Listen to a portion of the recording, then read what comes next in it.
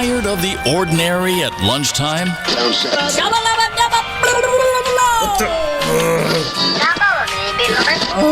Why not try something smart to chew on? The Lunchroom on RCI, Monday to Friday, 12:45 to 2 p.m. The Lunchroom, informative, enlightening, provocative, engaging. The Lunchroom on RCI, food for thought. The station that gives you, more lunch.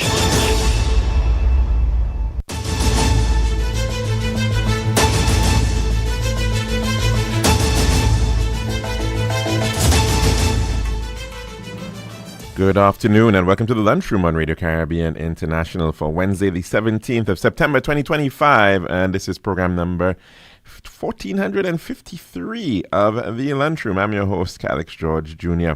In addition to 101.1 FM radio, you can also get us at our website. That's rcistlucia.com. And we are also streaming live on our Facebook page. Just search for the official page of Radio Caribbean International. Now, today I want to send out some birthday greetings. First to my nephew, Mr. Joel Johnson. Happy birthday to you, Joel, and wishing you a fantastic birthday. And also to Miss Bianca Mathre. Happy birthday to you. Hope you're having a splendid birthday celebration. If you want to call in this program to tell us what's on your plate today, the number to do so is 452-3046 and our WhatsApp number 724-0008. You can call in or you can message in to that WhatsApp number. Again, it is 724-0008. We're going to look back in time for history of the day, and in the year 642, Arab forces under Amr ibn al-Az conquered Alexandria. Of course, that's in Egypt, modern-day Egypt. In the year 1683, Dutch scientist Anthony van Leeuwenhoek was the first to report the existence of bacteria. On this day in 1787, the U.S. Constitution was signed by delegates at a convention in Philadelphia. World War I, on this day in 1916, the flying ace Red Baron of the German Luftstreitkräfte won his first aerial combat near Cambrai in France. 1940, on this day, Adolf Hitler indefinitely postponed Operation Sea Lion, the planned invasion of Great Britain. And in the year 1978, on this day, Anwar Sadat, Menachem Begin, and Jimmy Carter signed the Camp David Accords, frameworks for peace in the Middle East and between Egypt and Israel. We now head across to our dish of the day.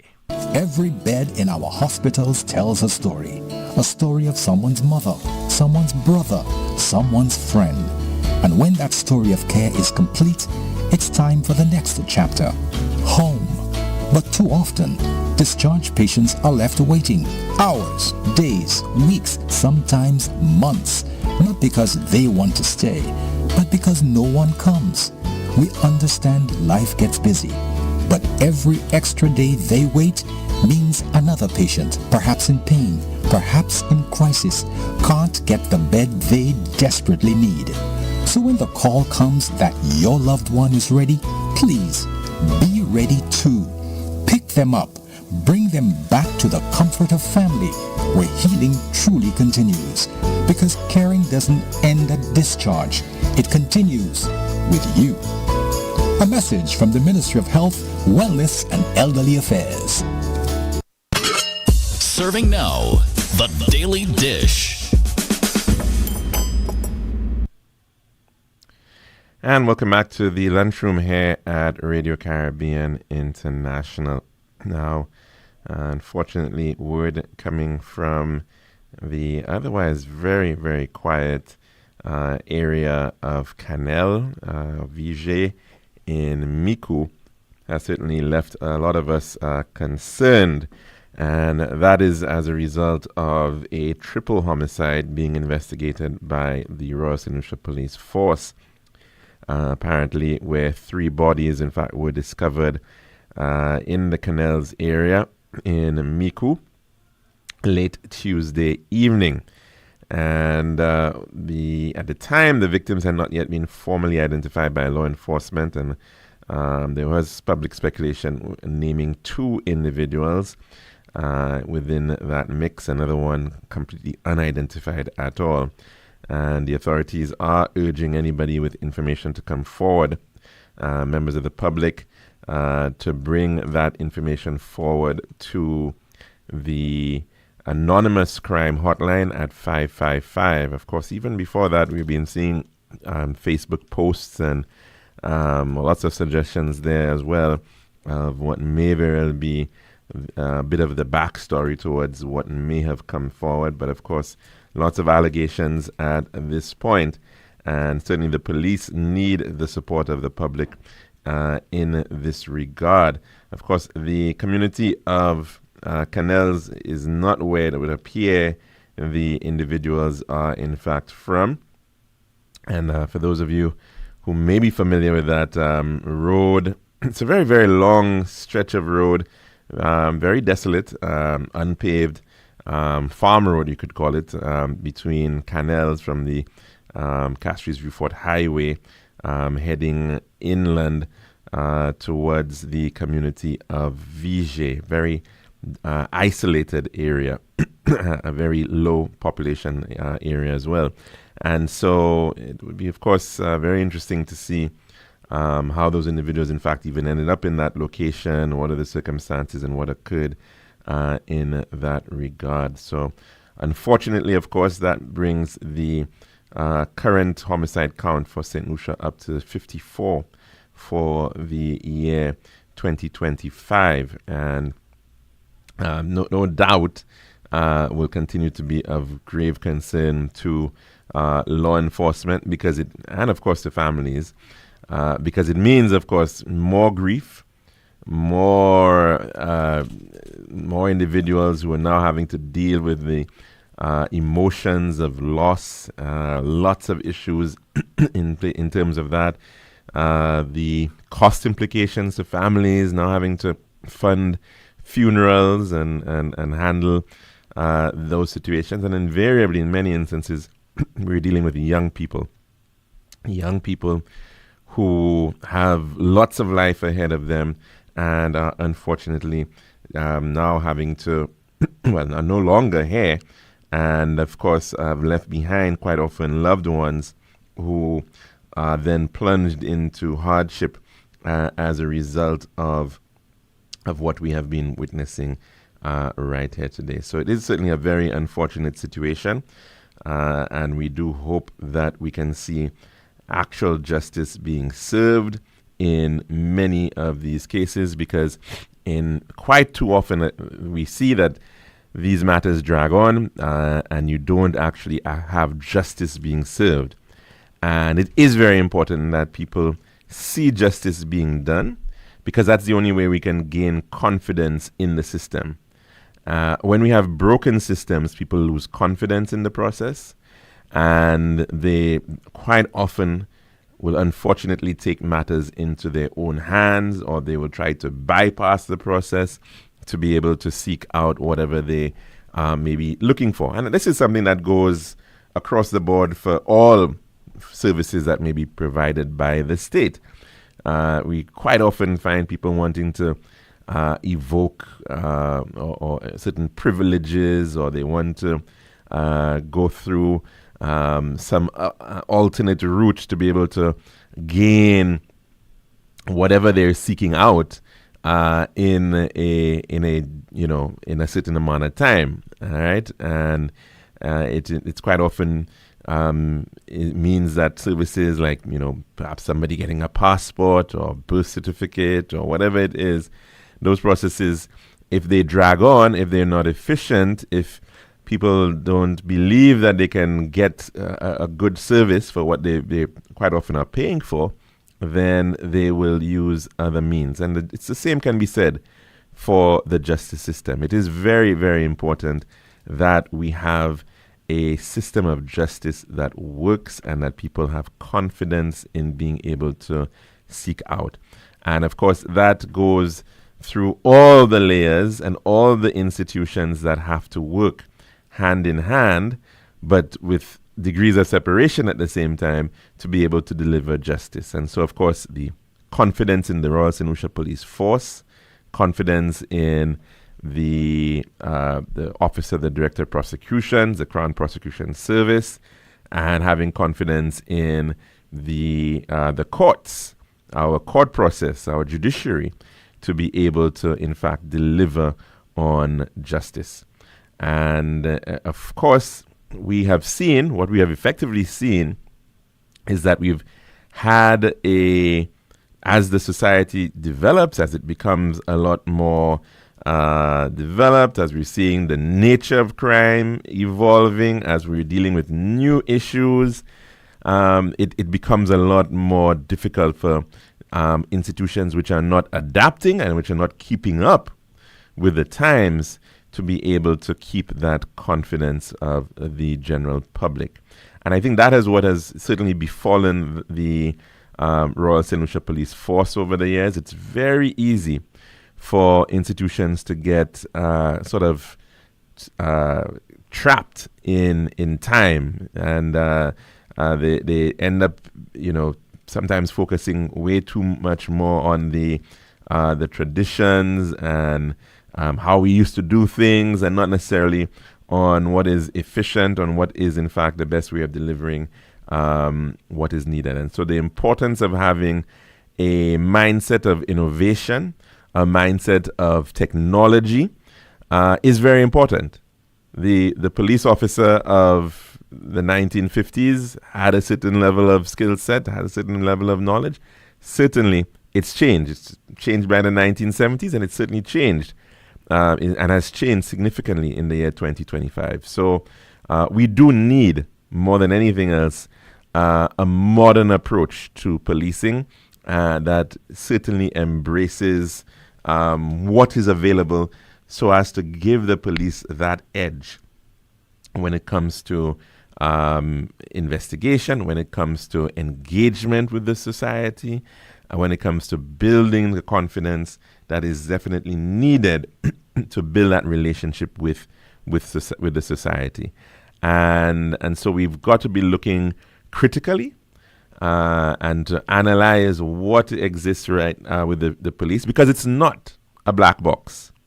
And it cannot be seen to be a black box. We can never think that, hey, this is something the police go into their offices and they do something and then they come up with a solution. No, there has to be a degree of openness and transparency, that individuals understand what the processes are.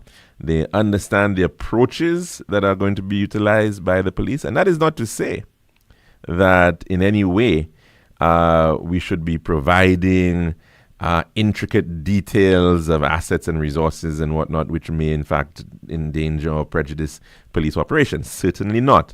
But at the same time, there has to be a level of understanding of what the plan is by the Royal St. Lucia Police Force, so that the public can be brought into their confidence in terms of moving the process forward, and they can certainly see what their role is in the entire process as well.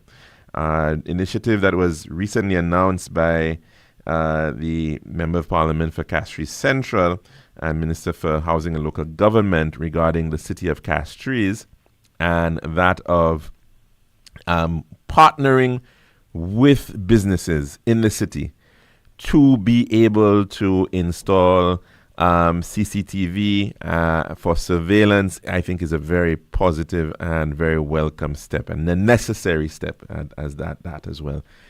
In that we certainly do need more eyes on the ground, and we certainly do need to ensure that businesses as well, as part of the overall strategy, are also providing tying in that surveillance information into an overall network, which can be utilized for the benefit of crime fighting in the country. And so the need, of course, to boost that area of CCTV is very, very vital.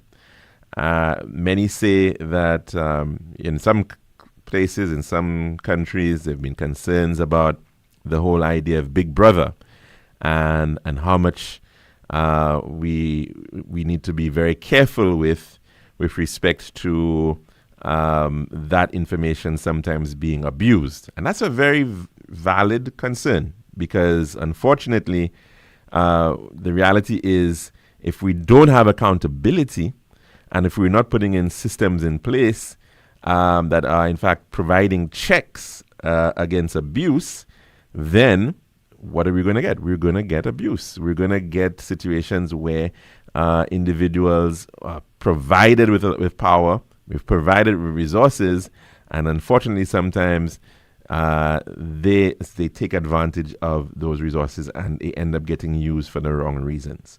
So it is no wonder. There's no strangeness about the issue of having to deal with these issues of accountability within police forces. It is something that all police forces around the world have to grapple with, whether in the United States, whether in the United Kingdom, whether in a developed country or in a developing country, whatever the case may be. The issue of the police and police accountability is it has to be part of the agenda. So wherever you have power being provided, you've got to also have that level of accountability. And so, of course, it is important to have those checks on the police, to have those eyes on the police as well. Because we do know that when you look at where corruption happens around the world, we're dealing with politicians, we're dealing with the judiciary, we're dealing with police. And of course, there's corruption in anywhere where there's money as well. So in business, there's also that to deal with. But very critically, in those areas where there's a power and authority, there has to be that level of accountability. So let's move off a little bit on that matter regarding the police and crime prevention, crime fighting, on to another matter which is certainly very important for us here in St. Lucia, and of course by extension the broader Caribbean. And I turned to an article which has been published quite recently, a couple of days ago, coming out of Barbados Today, entitled "CARICOM could save US $1.3 billion by cutting US import dependence," study says. CARICOM could save US $1.3 billion by cutting US import dependence, study says. And the article is as follows. A new regional private sector study has found that Barbados and other Caribbean community CARICOM member states could save approximately US $1.3 billion per year by diversifying their import sources away from the United States. The CARICOM Private Sector Organization, CPSO, study suggested that engaging alternative import markets is crucial, particularly as escalating reciprocal U.S. tariff increase costs and U.S. tariffs increase costs and expand the regional trade deficit. The region currently serves as America's third largest import partner. Nearly 70% of final imported goods, valued at US $7.7 billion, originate from the United States. These findings were presented during a recent hybrid forum in St. Kitts and Nevis titled "De-risking CSME Imports, Examining the Scope for Goods Market Fulfillment from Non-Traditional Sources." CPSO Chief Executive Officer and Technical Director, Dr. Patrick Antoine, presented the findings from a comprehensive study revealing troubling trends in the region's goods trade deficit with the United States. The deficit increased by approximately US $200 million between 2022 and 2023, followed by an additional US $300 million increase from 2023 to 2024. Projections indicate a further US $500 million expansion between 2024 and 2025, even without considering the tariff impacts. The new tariff regime, imposing 10% to 15% duties on previously duty-free goods, will drive costs upward by a significant degree. The study projects that with the implementation of the U.S. by the U.S. of 15% reciprocal tariffs on Trinidad and Tobago and Guyana in July, the region's forecasted export revenue loss would increase to US $653.6 million. Quote, while trade openness supports economic activity and consumer welfare, overdependence on a single source of imports clearly does not benefit us, Dr. Antoine said. CPSO Chairman Gervase Warner, in his remarks, also referred to the region's substantial reliance on U.S. imports, noting, quote, CARICOM consistently ranks third in terms of import share from the U.S., positioned closely behind Mexico and Canada. He pointed to specific examples, including the Bahamas, which sources over 60% of its imports from the U.S., and St. Kitts and Nevis, where 47% to 51% of import trade originates from the U.S. The CPSO warned that U.S. tariffs will likely trigger additional cascading effects through duties imposed on goods entering the U.S. before transshipment to the Caribbean. This secondary inflationary pressure, combined with rising domestic labor costs, threatens to increase living and business costs throughout the region, while also posing threats to the competitiveness of Caribbean tourism offerings. The Eastern Caribbean Currency Union, ECCU, faces particular vulnerability, with member states collectively sourcing just over 44% of their imports from the United States.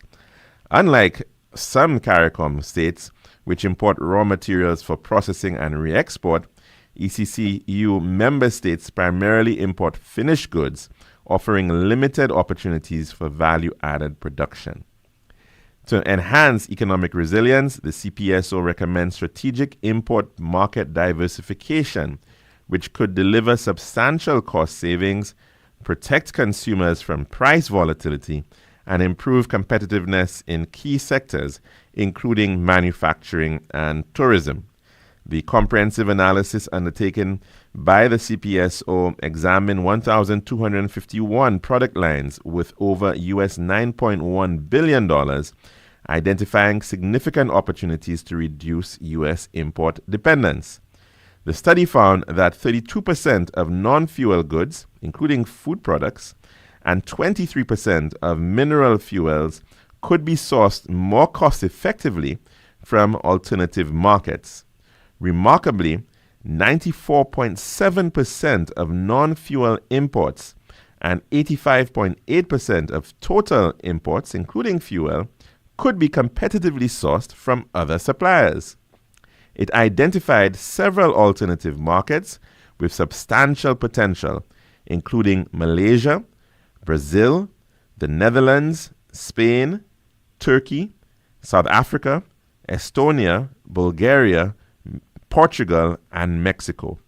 Notably, certain markets such as South Africa and Turkey offer large volumes of goods at approximately half the U.S. price.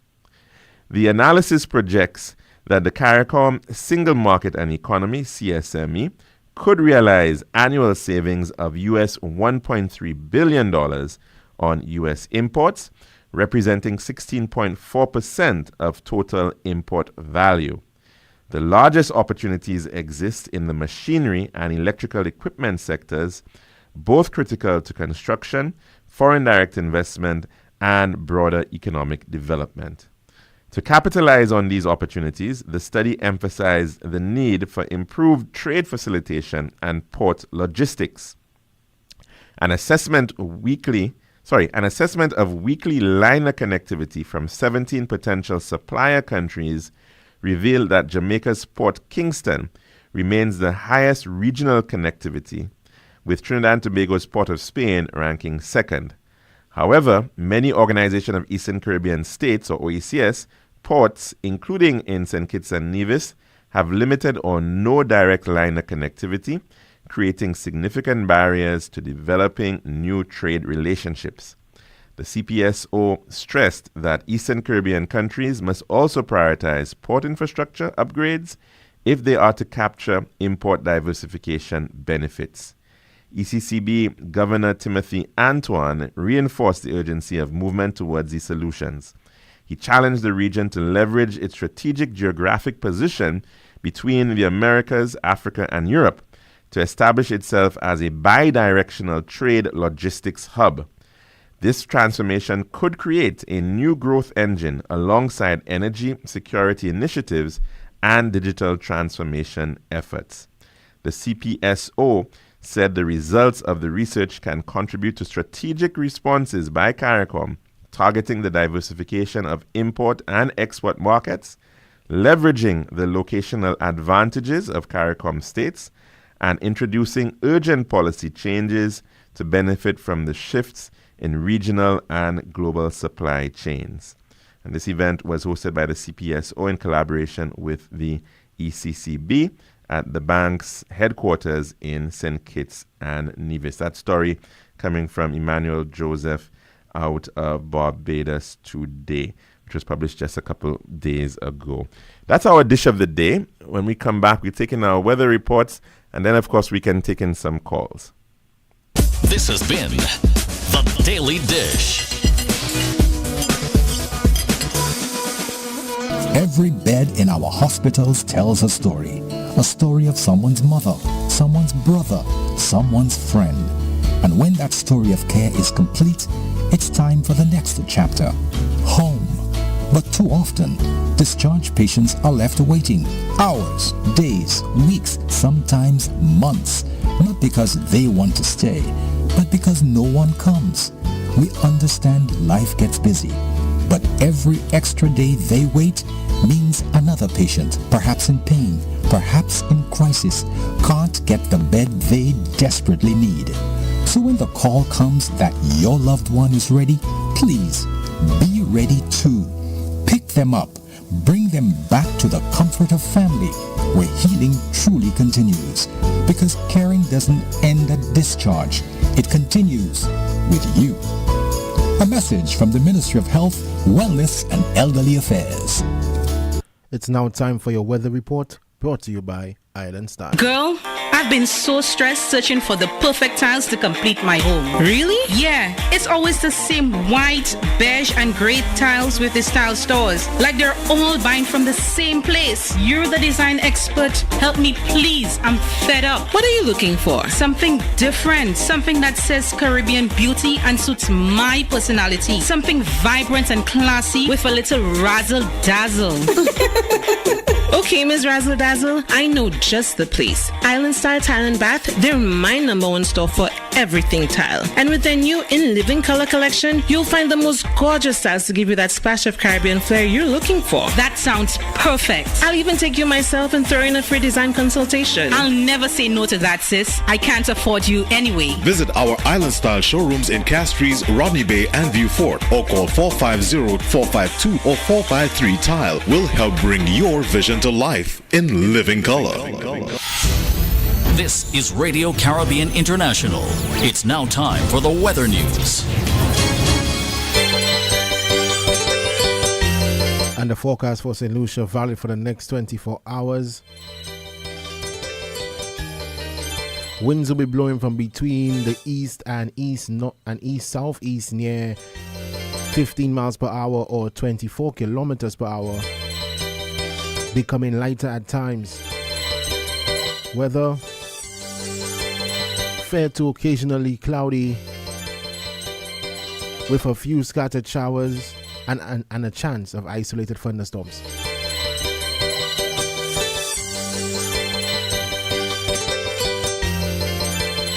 Forecast for the Lesser Antilles. Generally cloudy with scattered to light moderate showers and isolated thunderstorms over the Leeward and northern Windward Islands. Elsewhere, fair to occasionally cloudy with a few scattered showers. Tropical weather outlook. Moist and unstable conditions trailing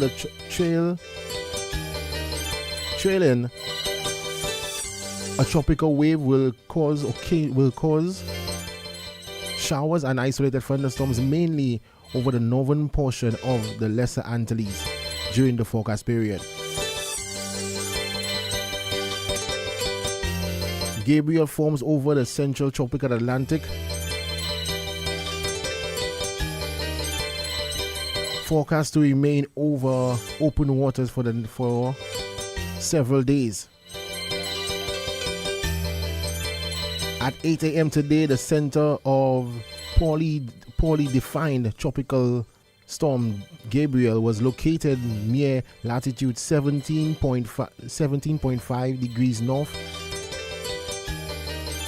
and 46.6 degrees west, or about 987 miles or 1,588 kilometers east-northeast of St. Lucia. Gabriel is moving towards the northwest near 22 miles per hour or 35 kilometers per hour.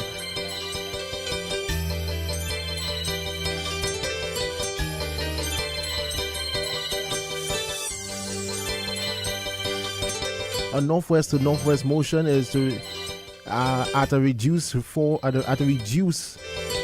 forward speed is expected across the tropical Atlantic and subtropical Atlantic for the next few days. Maximum sustained winds are near 45 miles per hour or 75 kilometers per hour with higher gusts.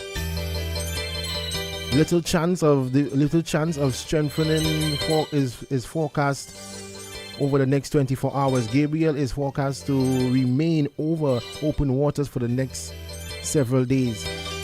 A tropical wave located over the far eastern tropical Atlantic is moving westward near 17 miles per hour or 28 kilometers per hour. Some slow development of this system is possible over the next few days.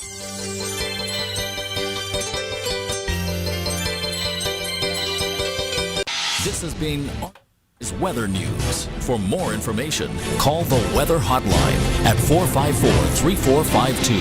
RCI 101 number 1. Girl, I've been so stressed searching for the perfect tiles to complete my home. Really? Yeah, it's always the same white, beige, and gray tiles with these tile stores. Like they're all buying from the same place. You're the design expert. Help me, please. I'm fed up. What are you looking for? Something different. Something that says Caribbean beauty and suits my personality. Something vibrant and classy with a little razzle dazzle.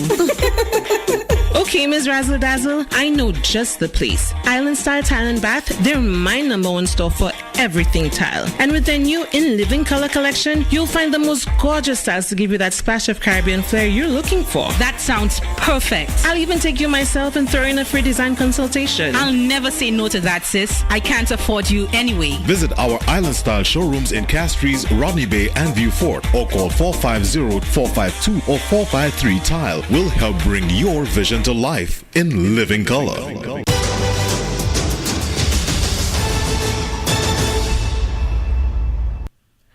And welcome back to the Lunchroom here at Radio Caribbean International. Now, of course, if you want to call in to tell us what's on your plate today, the number to do so is 452-3046.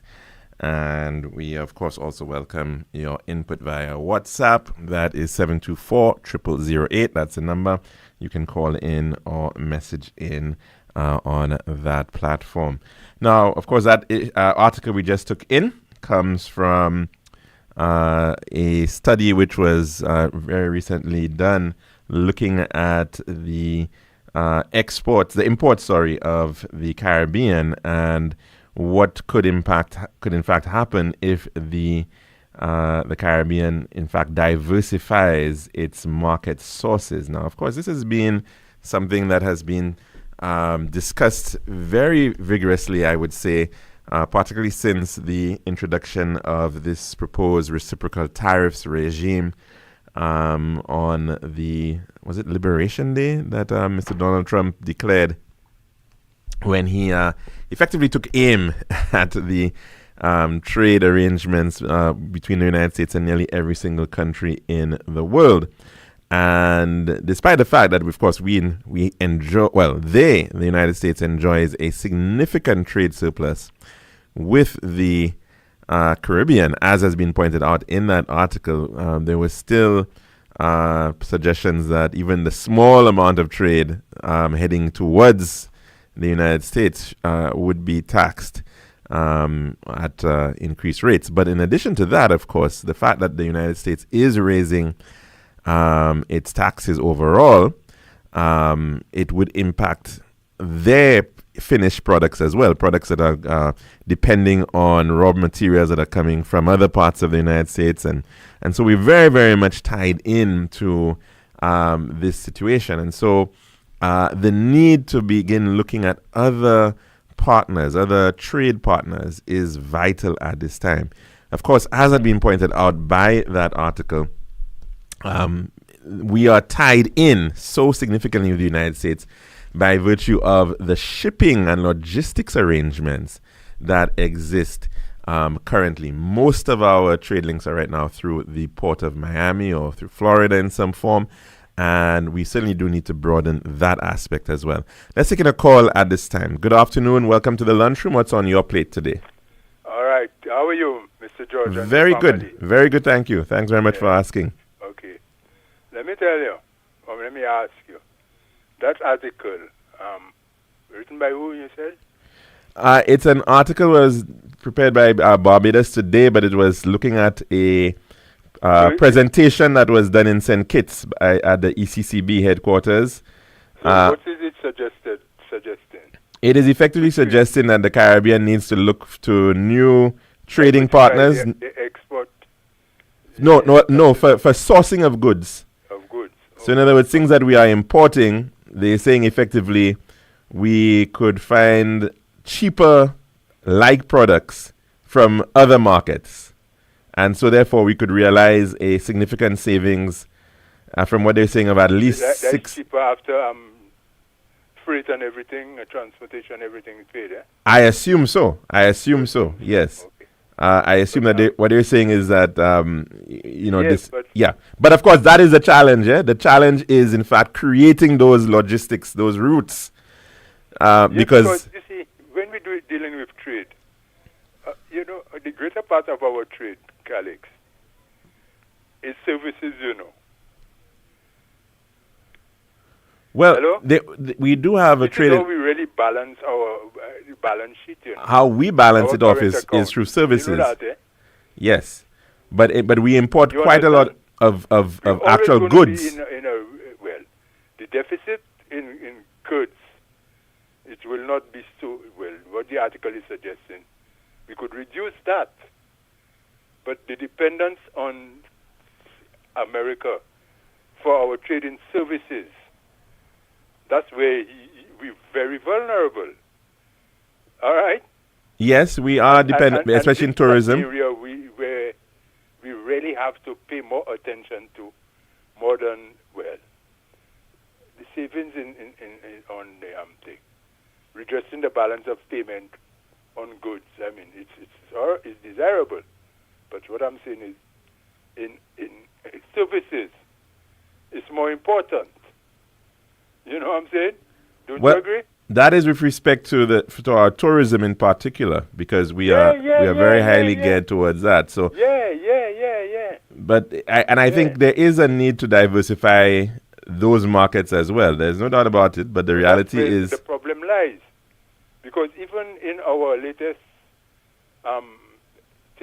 expo to Japan, right.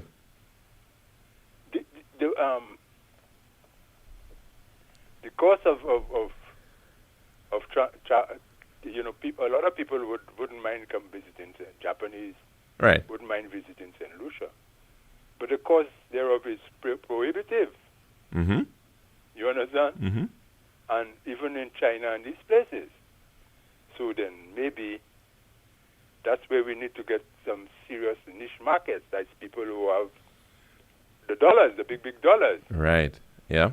And You're right. You're right. To target a certain kind of tourist. And I think some countries like Jamaica have been trying to do that because I suppose they have a much bigger tourism base, and they have been trying to create those links with new markets, outside of the traditional Europe and North America.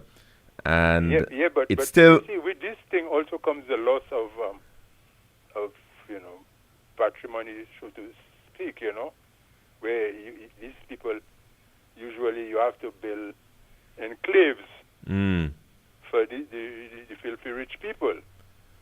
You know what I mean? Mm-hmm. That's. Well, to some degree, already we build them regardless. So I don't know. Yeah, you're right.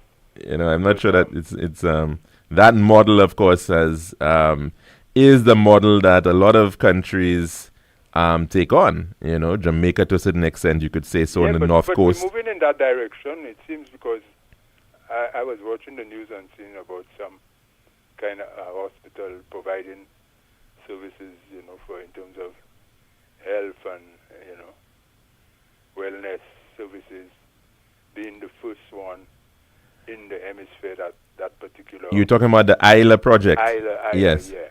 Well, it's interesting that you're raising that because the developers of that project are just in the region, in the Western Hemisphere. Right. Yes, that's what was stated. That goes to show you the targeting a certain kind of person. But to add on to that, the developers of Isla are actually Turkish, I believe, in origin. And it's interesting because Turkey has developed very, very well over the years, of course, especially in terms of their own tourism product. Their tourism product is tremendous. What they've been able to do, and of course they capture a lot of the European market, but they're now also pivoting to become a hub of their own right. So Istanbul, for example. They just invested in a massive new international airport with the whole focus of doing what Dubai has been able to do, right? Becoming a major hub for global travel. But in history, the Turks have always been powerful people. Oh, certainly. Certainly. That's one of the nations that,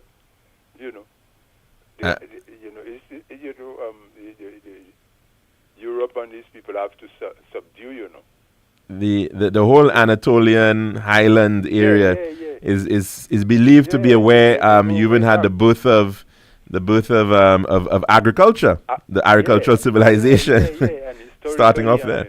So yes, knowledge, headquarters of knowledge, and talk about Ataturk and the Ottoman Empire, and and of course, even before that, there were a lot of other. Even long before that. Yes. Yeah. So but, actually, it's not so that prohibitive in terms of course, to go to have a holiday in Turkey. Well, that's what I was raising. So that it's interesting that you're seeing now that they're branching out into other parts. Similar to how the Mexicans have done it as well. They've developed a very strong tourism product, and they're now exporting that, so to speak. Right, and by making investments in places like St. Lucia. What I was going to say is that it would likely mean too that a lot of their own trade connections in terms of tourism marketing and whatnot should also create a new opportunity for us. So could we not be thinking about, for example, maybe a direct flight, Istanbul to Ionora, and what that opens Airlines. Up? Yeah, Turkish Airlines, exactly. No, but that is the area we have to explore. Right. More than just the trade in products. Well, anyway, that's a very interesting point, Colin. Very good intervention indeed. Yeah, all right. Thanks very much. Of course, it is very important, and I think the article is really just trying to focus on the matter of our goods and the dependency on that, especially in light of what we're seeing as a potential shock with the whole changes with tariffs and whatnot. We've seen, of course, how even the decision by the United States to no longer allow for duty-free for small items how that is in fact even impacting the operations of the General Post Office here as a result of those changes in the United States. So we're very, very strongly tied to the U.S. And in services like transport, right? When you look at the profile of the airlines that come to St. Lucia, invariably, we're speaking about American owned airlines, whether it's the JetBlues, the Deltas, the Americans, very much dependent on that as well. In terms of the logistics for shipping, also American companies, and so the idea of being able to leverage beyond that is very important. Now, there was a time long ago when St. Lucia and the Port of Castries was a relatively significant port in the global scheme of things. At one point, we were, I think, the 13th busiest port in the British Empire, by virtue of the coaling transshipment that used to go on here in the Port of Castries. It was a refueling location, and so lots of vessels would come in to Castries, and that created a whole ecosystem of activities and resources, money for the local economy. The likes of William Peter, we forget, of course, the name of the William Peter Boulevard, and others like the Barnards who were involved in the whole business of coaling. And so we were at one point a logistics hub for the British Empire. We have certainly lost our place in that regard. In the Caribbean, as things go, as was mentioned in the article, the Port of Kingston is undoubtedly the most successful transshipment hub by a long margin. And they too are still making expansions to an already very, very large port. And in fact, just yesterday, during his swearing-in ceremony, Andrew Holness, the Prime Minister of Jamaica, one of the things he made specific mention to in his address was the matter of logistics and creating and really pushing that aspect of Jamaica's economy so that it becomes certainly much more important globally as an international logistics hub. And he spoke specifically to expanding and creating a new industrial area in Caymanas, relatively close to Kingston and the Port of Kingston, in the parish of St. Catherine, and focusing on that idea of focusing on transshipment and the location of Jamaica within the crossroads of east-west and north-south trade. Let's take another call at this point in time. Good afternoon. Welcome to the lunchroom. And what's on your plate today? Yes, good afternoon. On the subject of logistics, years ago I was at a particular meeting, and a lady from Jamaica said that when her organization was doing a SWOT analysis, they actually looked at St. Lucia, and they thought St. Lucia can give Jamaica competition because of our location in Eastern Caribbean. Mm-hmm. She said St. Lucia is in the middle of the Eastern Caribbean. That's right. And we also quite close to Martinique, Yes. So, so they said because of St. Lucia's geographical positioning and its state of the advancement of its economy, yes, then we actually, well placed to actually give them competition. So it's something that we probably can explore. Yeah. We're small, but there's something about St. Lucia and where it is in the world. You're right, and that was actually used. That has always been our strength, actually, in terms of that location along that midpoint along the archipelago, which is why, of course, it was really seen to be very important for the British as well at that time. I think, especially if you see a rise in trade that is coming from Africa, in particular, West Africa, right, or South Africa, and let's say trade that would perhaps potentially be heading to the to Mexico or to the Pacific, and that would have to utilize the Panama Canal. in Right. some respects, Right. yes, we do have a slight advantageous location even compared to Jamaica in that regard. Yeah. And at one time, the St. Lucia Channel between Martinique and St. Lucia was a major shipping route for ships going across, lane for ships going across to the Panama Canal. So I think the idea is how does the entire Caribbean look at its positioning and seeing how we can in fact continue to support that kind of push towards logistics, and as well, of course, the benefit of if we at one point we were supposed to have been branded as a free trade area. I mean, or if we have good free trade arrangements with other regions, whether it's the US or Europe, that could certainly help as well in that regard. Yeah. So thanks very much for that intervention, caller.